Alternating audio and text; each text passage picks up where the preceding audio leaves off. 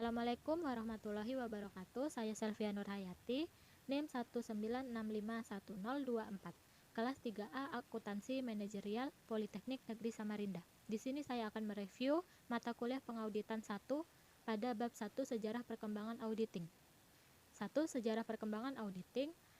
Audit atau pemeriksaan sudah dilakukan sejak zaman kuno. Orang Mesir kuno melakukan pemeriksaan independen atas catatan penerimaan pajak. Orang di zaman Yunani kuno sudah melakukan pemeriksaan terhadap rekening pada pejabat publik untuk menilai kewajaran. Orang Romawi kuno sudah membandingkan pengeluaran dengan otorisasi pembayaran pengesahan yang dilakukan oleh lembaga yang berwenang. Zaman modern pada tahun 1800-an yang berkaitan dengan revolusi industri. Tahun 1940-an terjadi 3 perubahan penting atas praktek audit. 1. Suatu pergeseran dari verifikasi rinci atas akun-akun menjadi penarikan sampel sebagai dasar memberikan pendapat atas LK. 2. Pengembangan praktik mengaitkan pengujian yang akan dilakukan pada evaluasi auditor atas pengendalian intern perusahaan. 3. Mengurangi penekanan atas deteksi kecurangan sebagai tujuan audit. Contohnya di awal audit dilaksanakan secara keseluruhan, ada bukti transaksi sebanyak 5.000, diperiksa semua secara rinci satu per satu atau disebut validasi rinci. Namun sekarang diambil sampel saja, misalnya mengambil 50% dari bukti transaksi yang akan dijadikan dasar untuk mengambil pendapat pada menentukan kewajaran terhadap laporan keuangan. Tahun 1940-an sebelum mengaudit, auditor harus melakukan evaluasi pengendalian intern. Tujuan audit bukan lagi hanya untuk mencari kecurangan atau mendeteksi adanya kecurangan. Pengendalian intern adalah salah satu cara dilakukan untuk pengawasan. Pengendalian intern dilakukan untuk mencapai tujuan perusahaan. 2. Struktur organisasi. Struktur organisasi berbeda antara perusahaan yang satu dengan perusahaan yang lain. Struktur organisasi harus menunjukkan garis-garis wewenang dan tanggung jawab yang jelas. Hal tersebut dilakukan untuk memperkecil terjadinya penyimpangan. Mengapa audit diperlukan? Karena ada dasar di dalam perusahaan memiliki dua kepentingan yang berlawanan. Manajemen perusahaan selalu ingin memberikan informasi mengenai kinerjanya, sedangkan pihak luar membutuhkan informasi mengenai laporan keuangan untuk pertanggungjawaban dana yang diinvestasikan. Investor akan lebih percaya terhadap laporan keuangan yang telah diaudit, karena diperiksa oleh pihak ketiga yang independen, tidak mempunyai kepentingan di dalam perusahaan. 3. Definisi auditing.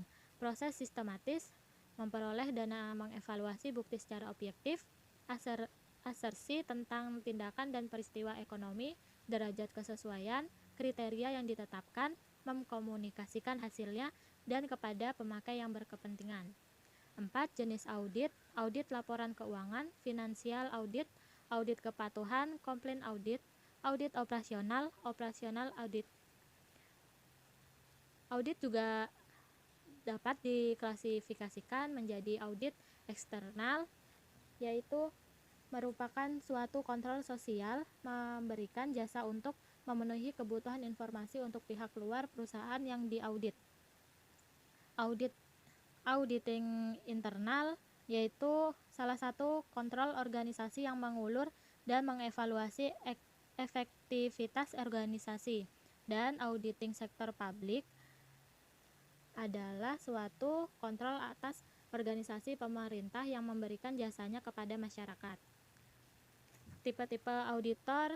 Auditor internal meliputi karyawan perusahaan.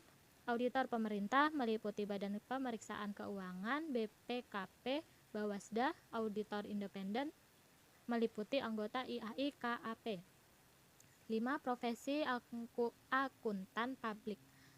Untuk menjadi akuntan publik harus memenuhi persyaratan akuntan publik di Indonesia, yaitu domisili Indonesia, memiliki register akuntan publik, menjadi anggota IAI, lulus ujian sertifikasi akuntan publik, pengalaman kerja minimal 3 tahun, menjadi ketua audit minimal 1 tahun, wajib memiliki KAP atau bekerja pada koperasi jasa audit. Staf kantor akuntan publik yaitu partner atau independen auditor, manajemen, akuntan senior dan junior. Jasa akuntan publik meliputi jasa atestasi dan jasa non-atestasi.